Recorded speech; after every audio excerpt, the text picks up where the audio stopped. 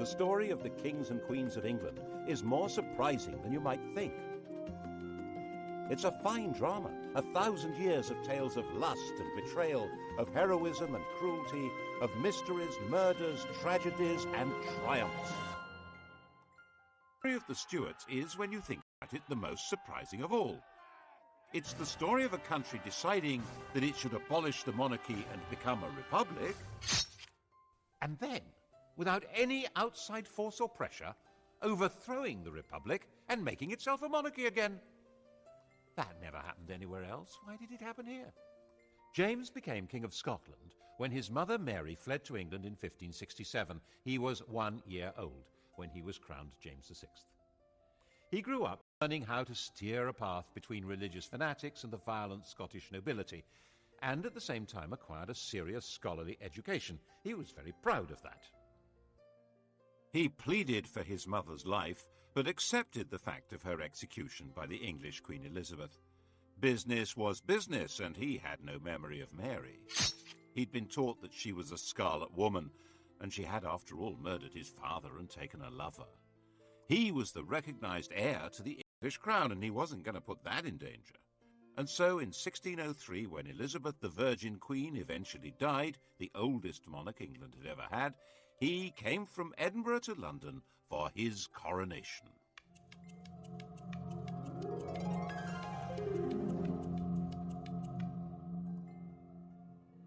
He was openly bisexual. The word in London was that Elizabeth had been a king, and now they had James the Queen. In Latin, of course. By the accident of heredity, England and Scotland were now united in a single kingdom, Britain. Everyone had high hopes of James, especially the Roman Catholics, who thought that his distaste for bossy Scottish Presbyterians would encourage him to lift Elizabeth's restraints on their worship. They were wrong about that. So a group of well-connected Roman Catholic terrorists planned to blow up the entire political structure at the opening of Parliament in 1605. They brought over an explosives expert from the Low Countries. He organised placing 2.5 tons of gunpowder in a cellar under the Palace of Westminster. It's a sign of how secure England became that for the last 200 years, November the 5th, the anniversary of Guy Fawkes' capture, has been simply an excuse for a fun night of pretty explosions. Chilling resonance. Al-Qaeda terrorism has tainted many people's idea of Muslims, which perhaps makes it easier to understand how Fawkes' terrorism affected people's idea of Roman Catholics. Actually, James himself was more sympathetic to high church than to low, because the followers of Protestant sects did not want priests and bishops to do religion on their behalf. In the Protestant view, the godly man has his own Bible, the devil's agent is a priest with a Catholic prayer book. James felt that people who didn't have respect for hierarchy in church would be equally disrespectful of authority in general. No bishop, no king was his fear. And the authority of the king was very dear to him. He spelled out his ideology in masks, theatrical balls, in his new banqueting house in Whitehall. His intellectual take on the job was that he was God's deputy and that he ruled by divine right as the absolute sovereign power in England. Having been raised in Scotland, he was baffled by the idea of common law, the notion that law was in the hearts and minds of the people, expressed through the precedents of the courts and their juries of ordinary folk. But this was the essence of the English system. It had been essential for the Normans to operate that way, as foreign rulers in a land they didn't know, and it had become embedded in the fabric of English life. Henry VIII and Elizabeth had the position of tyrants, but their tyranny required popular consent. They had to be popular in order to rule. James wasn't good at being popular. He was head of a court, a place of factions and favourites, and was grand in a very private way. One example of his sense of power and duty was in his treatment of tobacco. It had been introduced from America by Walter Raleigh, and Elizabeth had felt rather alarmed by it. It made her feel ill. She bet Raleigh that he couldn't weigh the smoke that came out of a pipe. Raleigh knew how to perform. He weighed an ounce of tobacco, smoked it, weighed the ash, and the missing weight was the smoke. Elizabeth laughed and paid up, saying she'd seen men turn their gold into smoke, but this was the first time she'd seen smoke turn to gold. James's whole approach was different. He disliked smoking and felt it was his duty to protect his subjects. But he was a rational man, a teacher, so he wrote a pamphlet, Counterblast to Tobacco, explaining that it was loathsome to the eye, hateful to the nose, harmful to the brain, dangerous to the lungs, and in the black, stinking fume thereof. He wanted to persuade people by the force of his argument, so he published it anonymously. Of course, no one took any notice. So, as the wise and kindly father of his people, he banned the growing of tobacco in England and increased the customs duty on tobacco by 4,100%. And reissued the pamphlet with his name on it. His whole approach was based on rational thought, not an English habit, and what he saw as the absolute authority of a king, also rather foreign to them. And his authority was not backed by any army, and his income was too small to run both the court and the government. The regular royal income came from rents on lands, feudal dues, and customs duties. But the flood of gold and silver coming to Europe from the New World had created inflation, reducing the real value of that income. Medieval government was designed for rather static farming economies and vast estates. Towns, run by common folk with special liberties granted in charters, had been useful little add-ons. But now international and intercontinental trade had blossomed. The nobles had declined, the towns had become major financial centres. Inflation, the growth of Protestantism, a lack of respect for traditional authority, the emergence of assertive members of Parliament, none of this was restricted to England. But in England it had a slightly different flavour.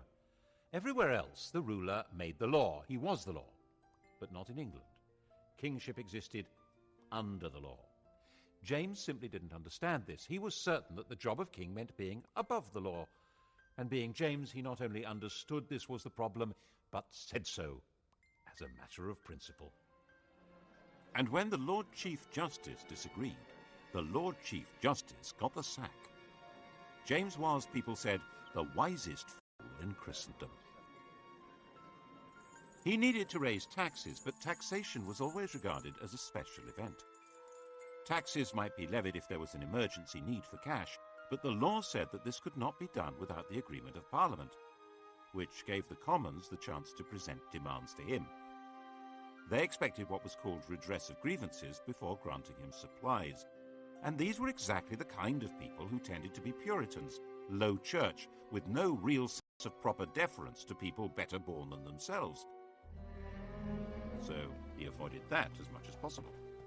His way of life didn't help either. His diversions were hunting, an obsession, and took up with a pretty young Scot who'd been his page. Robert Carr was given the estate of the executed Walter Raleigh and quickly became a viscount and a privy councillor. When Carr decided to wed the married 17-year-old Countess of Essex, who hated her husband, James helped to sort out the divorce. The Countess's family, the Howards, detested Carr but realised this was the best way to get into favour at court. Carr's close friend, Sir Thomas Overbury, tried to warn him off that filthy, base woman, which annoyed the Countess. So the sweet young couple poisoned Sir Thomas, which opened the door eventually to the Howards' enemies, who exposed the murder plot to James, while providing him with another very beautiful young man, George Villiers, to take Carr's place. Carr and his wife were sentenced to death, and Villiers, whose legs were wonderful, became the Duke of Buckingham, and the murderous couple were pardoned. James wasn't exactly a Puritan's role model. By the time King James died, aged 58, in 1625, the king and the Puritans were set on course for a direct collision, and his son Charles wasn't going to change direction. The new king was 25 years old, gauche with a nervous stammer, but deeply conscious of his place as God's anointed ruler of Britain, the new father figure, and he played the part of absolute ruler as well as he possibly could.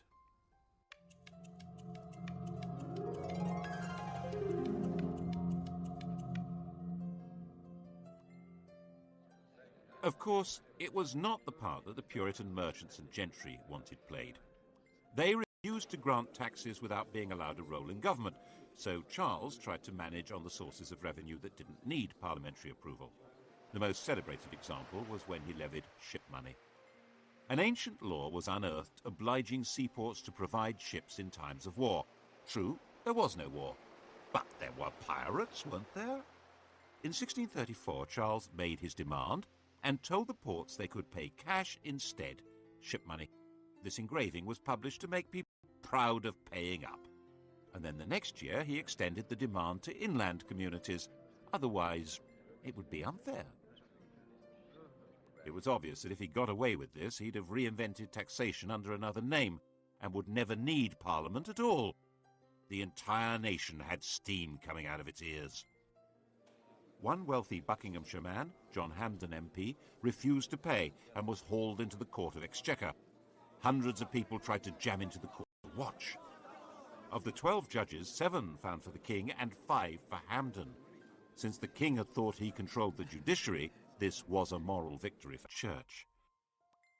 He regarded Puritanism as fundamentally seditious, which made many people think he was really a closet Roman Catholic. He wasn't. But he was determined to impose a uniform system of worship which was decidedly high church. And that simply added to the anger of a growing Puritan class. In Scotland, it was met by direct rebellion. Without the money to hire reliable troops, and with popular hostility in London making life positively dangerous, Charles had to accept restrictions on his power which were to him intolerable. In 1641, he agreed Acts of Parliament which took many powers from him, including the right to dissolve Parliament and the right to raise customs duties without its consent. In January 1642, in a state of confused desperation, he tried to arrest 5 members of the Commons by actually turning up there with armed guards. He failed, and faced with violent anger in the streets, he fled from London. In November, the now inevitable civil war began. People were called upon to choose between their king's determination to break the pretensions of Parliament and Parliament's determination to limit the power of the king. Most people actually didn't think they wanted to get involved, but the war grew with a murderous logic of its own and gradually became more bitter and more inescapable. It's now reckoned that possibly 250,000 people died in battle, of starvation, of disease, as a result of the fighting, out of a population of about 5 million. That's a far higher death rate than in the First World War. When the war ended in 1646 with the defeat of Charles's forces, an attempt was made to negotiate a settlement, but Charles was a dishonest negotiator, simply using this opportunity to try and organise the conquest of England from Ireland and Scotland. And then something quite new happened. In the brief and decisive Second War, the Parliamentary Army developed a revolutionary will of its own. When Charles was recaptured in 1647, Parliament tried to disband its forces, but General Fairfax and his men proclaimed that they were not a mere mercenary army and flatly refused to go home. Their job wasn't finished. The revolution had to be completed. They said it had to be established that the House of Commons was the supreme authority of England, and the king was, but at the most, the chief public officer of this kingdom, and accountable to this house. That was in September 1648. The Commons said, don't be so silly. The army wasn't happy with that, so it crushed Parliament. It occupied London, used St. Paul's as the cavalry stables, and looted the treasury. 45 MPs were arrested, 146 were barred. The rump that remained were in effect the members chosen by the army, who would do what it wanted, which was to put Charles on trial for treason for levying war against the Parliament and Kingdom of England. The rump Parliament, as people called it, resolved that they could make laws without the consent of the king or of the House of Lords, and then passed a law setting up a court to try the king. Charles said that he didn't recognize the court, as someone needed to explain to him what authority it possessed. On the 27th of January 1649, this court condemned him to death. Charles was taken to the banqueting house, that theatrical set built by his father for dramatic presentations in which the scripts were all about the glory of royal power. It was no longer used for those masks. Charles had commissioned Rubens to make paintings for the ceilings, and they were too precious to be damaged by candle smoke. The ideology of the performances had now been put on permanent display by Rubens. The paintings celebrated James's absolute rule, casting out war and discord, bringing peace, harmony, order, and prosperity to a grateful people. Charles, the small, dignified, stuttering man who'd commissioned the work and presided over the reality that flowed from it, was marched out through a window onto a specially constructed platform. He wore a thick vest so that he would not shiver with cold, which might be mistaken for terror. And on that stage he knelt with calm dignity, and his head was cut off. Britain no longer had a king.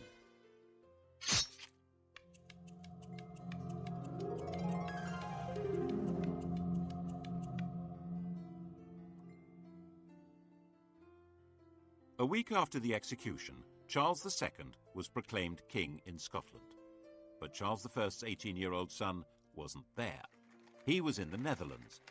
He'd fled to France with a group of supporters 4 years earlier, and his one brief attempt to provide military help to his father in the Second Civil War had been a failure. His object now was to find a way of recovering his father's throne, and to hell with that stuff about being an absolute monarch. He landed in Scotland in 1651 and was prepared to sign up to whatever was asked of him, including agreeing to his father's blood guilt and his mother's idolatry, and becoming Presbyterian. If that's what it took to be proclaimed king, do it. The new English Republic wasn't going to stand for this. Were finally defeated at Worcester. If he'd been caught, he would probably have been killed. The story of his escape, disguised as a Worcestershire yokel, became a famous legend. At one point, he spent all day hiding with a companion in an oak tree while the Roundheads searched for him below. It became a celebrated story in a way that didn't bode well for the Republic. Charles looked dashing and daring, while the Roundheads looked ridiculous, incompetent, and heavy-handed. Throughout his 6 weeks' flight, he remained cheery, polite, and very resourceful, ending up in the George Inn at Brighton. It's interesting that none of the 3 or 4 dozen people who recognized him were moved to betray him, either by the potential death penalty they faced or the £1,000 reward they could collect. He got away to France, then to Germany and Brussels, living in a kind of limbo, short of money and with no coherent plan of return. So how did he do it? After the execution of Charles I, England was a republic. Look at what happened to the design of the Great Seal, the official mark on statutes and proclamations. Here's Charles's seal, the seal of a king. He canters on horseback with his greyhound running alongside, and the Latin motto means Charles, by the grace of God, King of Great Britain, France and Scotland, defender of the faith. After his execution, the new republic was in theory ruled by the House of Commons. So instead of a king's seal, the Great Seal was the seal of the House of Commons. It shows the Commonwealth, a map of Britain. And on the other side are the Commons themselves. And the motto simply says, 1651, in the 3rd year of freedom by God's blessing restored. In English. Didn't last, though, because the real power wasn't the House of Commons. It was the army. For a while, the army was too busy to take much notice of England. It was occupied with the destruction of Ireland, where a large part of the population were irredeemably loyal to Catholicism and the monarchy. But when it finally turned round and looked at England, it found that there still hadn't been a thoroughgoing Puritan revolution. So, in 1653, Cromwell, the army's most powerful general, cleared the Commons at sword point and installed a new parliament, which he thought would be more capable of bringing about a revolutionary transformation of society. His own Chamber of Righteous Puritans, the so-called nominated parliament, turned out to be no more to his liking, and he dismissed that too, installing himself as the Lord Protector. And the Great Seal was now his own. It shows Oliver Cromwell on horseback, just like Charles, but stepping out very stately rather than cantering with a greyhound. And the Protector Oliver. In Latin. In what sense was this a republic? However unwillingly, and he kept protesting his unwillingness, Cromwell was driven by his own belief in the divine right of revolution to run the country as a militarized kingdom for Puritan saints. There were now 11 districts, each run not by the people, but by major generals. These military ayatollahs collected taxes, ran the courts, and controlled public morality. Theatres were closed, along with brothels and gambling dens. Horse racing and cockfights were banned. Everyone had to go to church, stay sober, and morally upright. Pagan festivities, like Christmas, were banned. Mince pies were forbidden. Oh, it must have been great. In 1656, a newly elected Parliament made it clear they wanted to return to the old constitution. They reopened the House of Lords and offered Cromwell the title of king. He seriously considered it. And although he turned it down, perhaps because the army would have turned against him, 2 years later, on his deathbed, he nominated his eldest surviving son as his successor, like any other king. Very few people cheered Lord Protector Richard Cromwell. Who was he? Not crowned, not acclaimed, not the leader of an army. People called him Tumble-Down Dick, and that's pretty much what happened. Early in 1660, one of his father's commanders, General Monk, seized London and summoned a special parliament to invite Charles II to return to the throne. If you're going to have a king, it might as well be one with the right credentials. Tumble-Down Dick became a private citizen. He changed his name and became a lodger in Cheshire. 30 years later, he wrote to his daughter that his safety was to be retired, quiet, and silent. He would have made a good constitutional monarch. But while the English may not have been quite sure what they did want, they now knew exactly what they didn't want. Anything run by soldiers or Puritans. No matter what else would happen in the world, England would never again let a military man have any political power. And a deep and abiding suspicion had been created of anyone who looks like a revolutionary or a religious enthusiast. Actually, this explains a lot of English history. Most countries were at some time in the last 300 years infected by revolutionary fervour or ideological passion. But England, it seems, has been vaccinated. It's been pretty much immune to political feverishness. Still is, I think.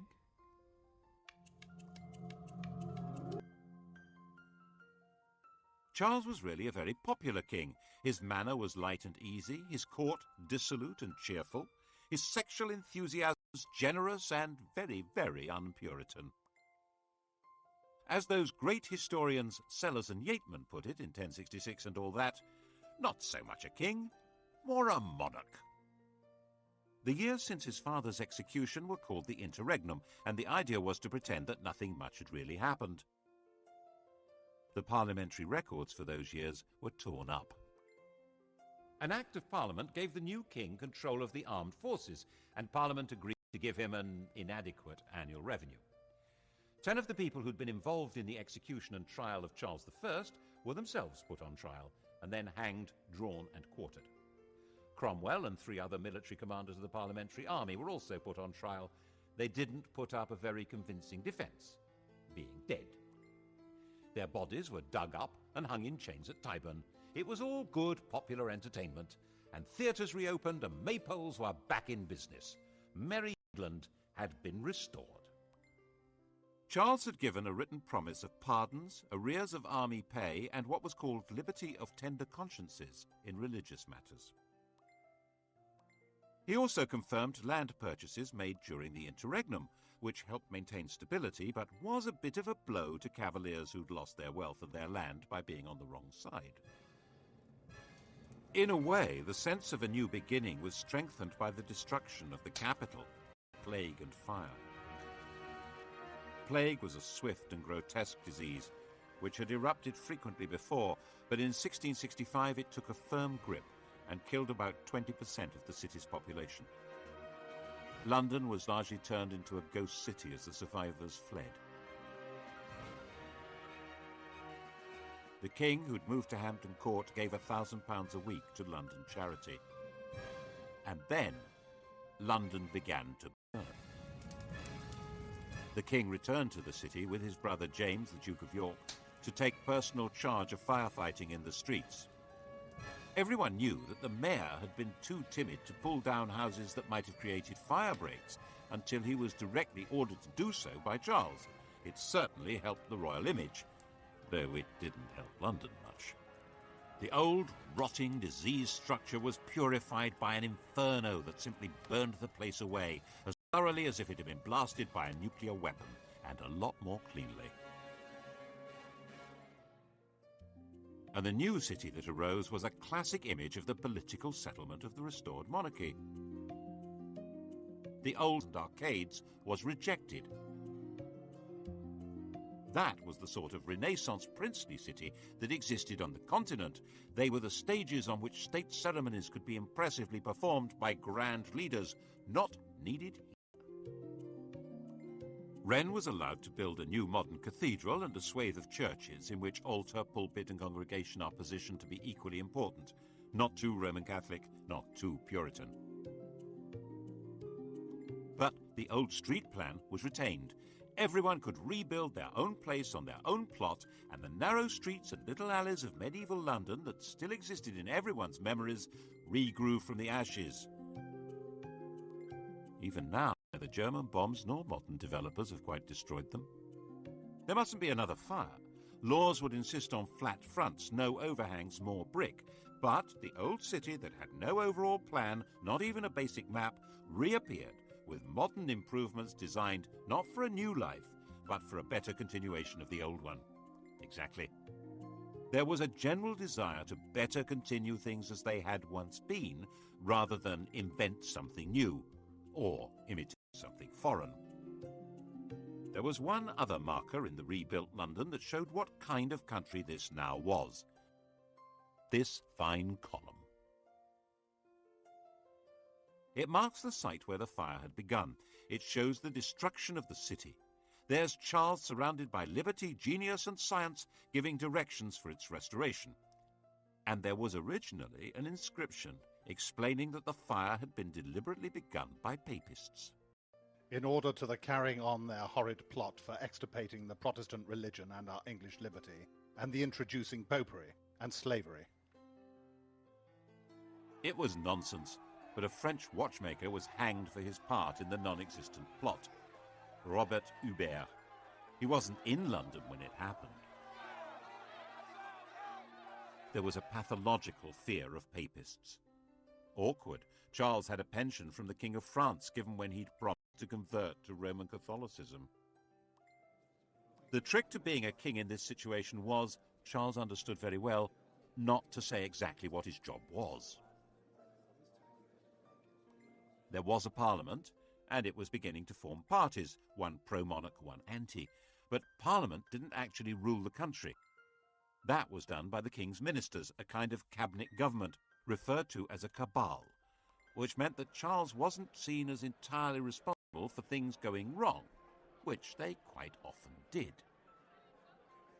The Earl of Rochester wrote a mock epitaph on Charles's bedchamber door.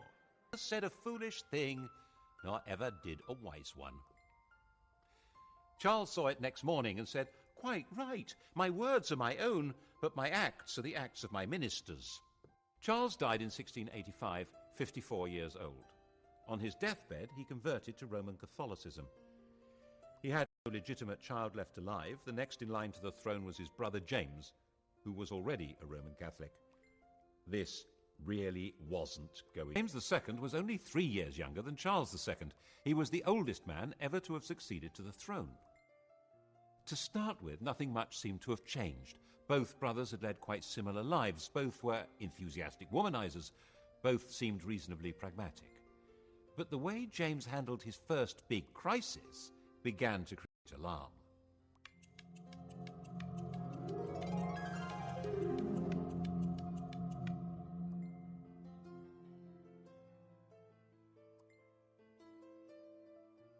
The restoration of the monarchy had obviously not been welcomed by everyone. In the southwest especially, Puritan religious feeling remained strong and suspicious, especially with a Roman Catholic king. Charles II had an illegitimate son, the Duke of Monmouth, who was a Protestant. Rumours began to spread that he was actually legitimate, the true heir to the throne. Monmouth came over from the Low Countries and began a rising in the southwest, where he was proclaimed King Monmouth. The rebellion was crushed. James, determined to make an example of the rebels, ordered the arrest and punishment of everyone involved. At each centre, Dorchester, Taunton, Exeter, Bristol, Wells, people were rounded up. A special court known as the Bloody Assize, punishing not just rebels, but anyone who was accused of even helping the wounded.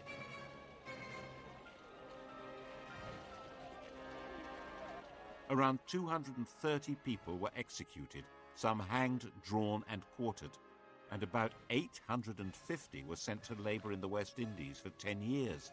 And many more, of course, were fined and had property confiscated. And James did not disband the army that had been formed to put down the rebels. England had a standing army again, just as it had under Cromwell. And he appointed Roman Catholic officers to run it. People began to murmur, and when the House of Lords expressed discontent, he dissolved Parliament. And as he continued to appoint Roman Catholics to public and church offices, public support began to ebb away from him. At his instigation, for instance, all the fellows of Magdalen College, Oxford, were dismissed, and the college was turned into a Catholic. The elder girl, Mary, was married to William of Orange, ruler of the Dutch, a Protestant head of state. The heir to the throne would reverse James's whole policy. But early in 1688, James's queen gave birth to a son who would be raised as a Catholic. This was, he thought, excellent news. It made him more secure. He was wrong. It sealed his fate. Well, that and the fact that he seemed to be preparing for a joint war with Catholic France against the Protestant Dutch. And now it became evident that the Civil War really had changed the place of the king in England. He ruled by permission of Parliament, and Parliament wasn't going to put up with this one. A group of leading members of Parliament sent a secret invitation to William of Orange to save the country from a Catholic takeover by bringing them military assistance. William brought over a fleet carrying a large professional army. James tried to block it with his own fleet, but the winds were against him, and William landed unopposed in November 1688 at Tor Bay. The West Country had its own score to settle with James. And James simply panicked. The army wasn't behind him. Parliament wasn't. London wasn't. He was going the same way as Tumbledown Dick.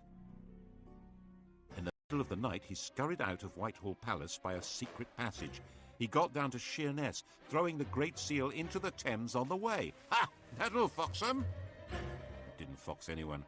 He was captured by local fishermen.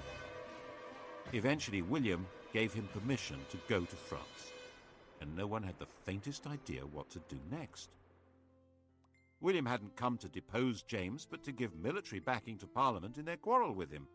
James had quite obviously quit, abdicated, gone, taking his son with him. England, having failed to be a republic, had failed to be a monarchy. It was a bit of a puzzler. Perhaps William should declare himself king by right of conquest. He didn't think so. Parliament wanted Mary to take the crown, James's daughter after all, but she insisted that her husband was boss, and he didn't intend to play the Duke of Edinburgh role, 2 paces behind the ruling lady. This short, stooping, asthmatic man with bad teeth was tough and shrewd. He was himself a grandson of Charles I and wouldn't make a humble consort. In the end, a deal was struck. They would both be sovereigns, Mr. and Mrs. King and Queen, by the invitation of Parliament.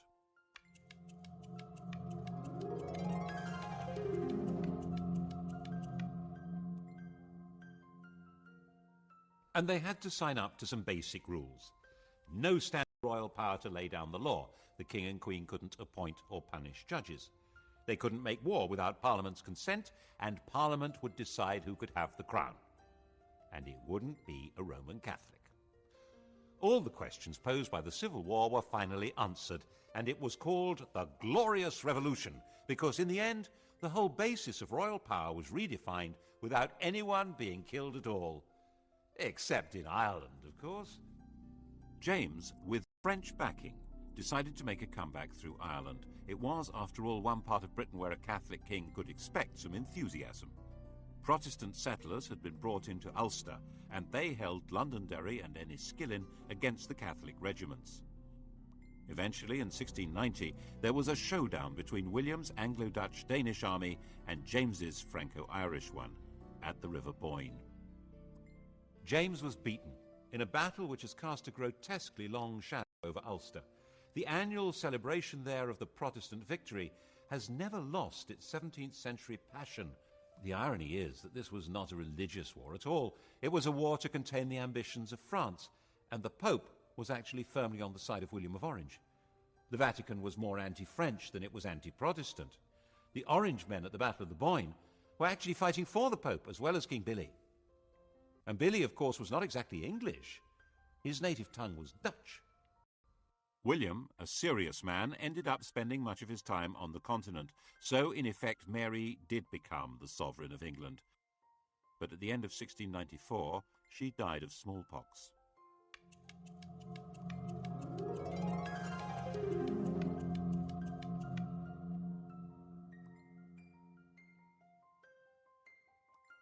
England was now in effect ruled by an oligarchy through Parliament. The king had a role, but by no means a commanding one. Part of that role, as he saw it, was to push forward religious tolerance in a fundamentally intolerant. Tolerance does have its limits. At his death in 1702, the question of the succession had already been agreed and settled. The crown passed to Mary's sister Anne.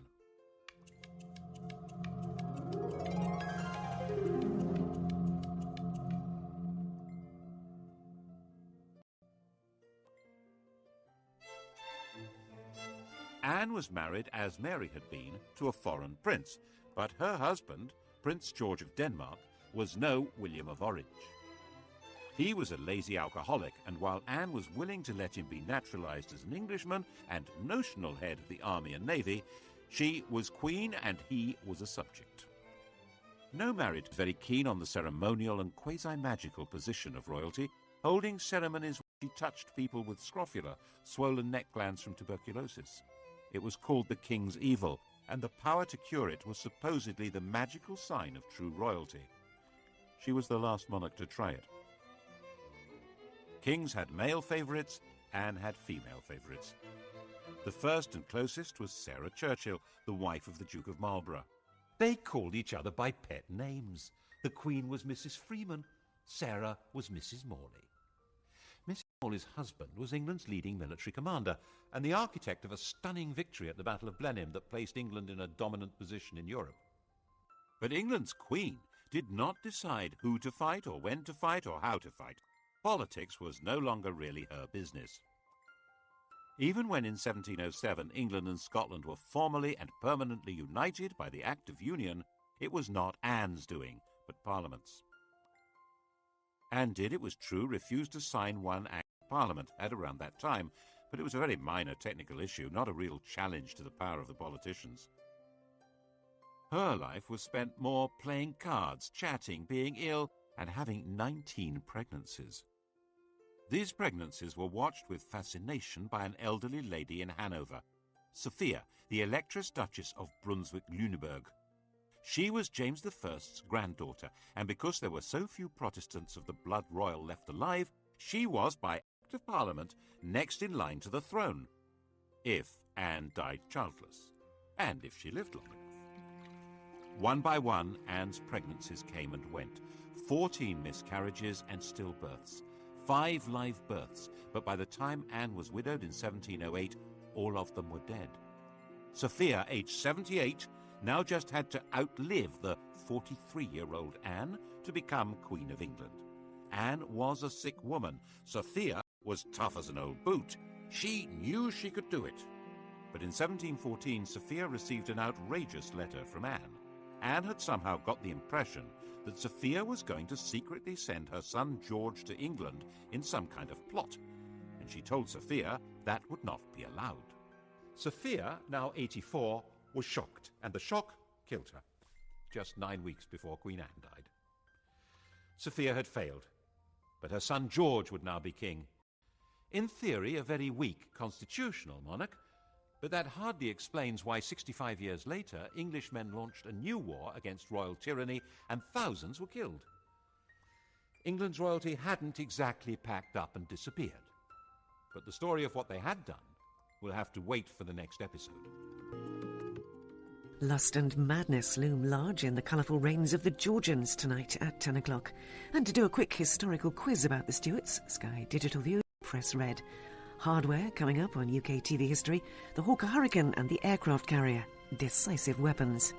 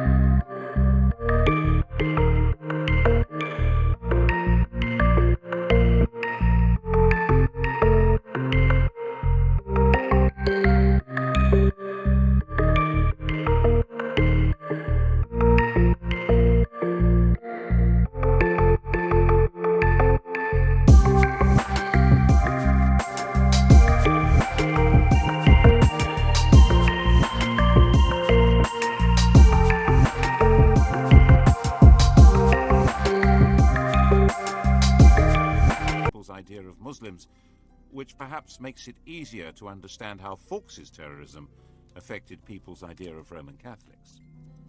Actually, James himself was more sympathetic to High Church than to Low, because the followers of Protestant sects did not want priests and bishops to do religion on their behalf. In the Protestant view, the godly man has his own Bible, the devil's agent is a priest with a Catholic prayer book. James felt that people who didn't have respect for hierarchy in church would be equally disrespectful of authority in general. No bishop, no king was his fear. And the authority of the king was very dear to him. He spelled out his ideology in masks, theatrical balls, in his new banqueting house in Whitehall. His intellectual take on the job was that he was God's deputy and that he ruled by divine right as the absolute sovereign power in England. Having been raised in Scotland, he was a baffled by the idea of common law, the notion that law was in the hearts and minds of the people, expressed through the presidents of the courts and their juries of ordinary folk. But this was the essence of the English system.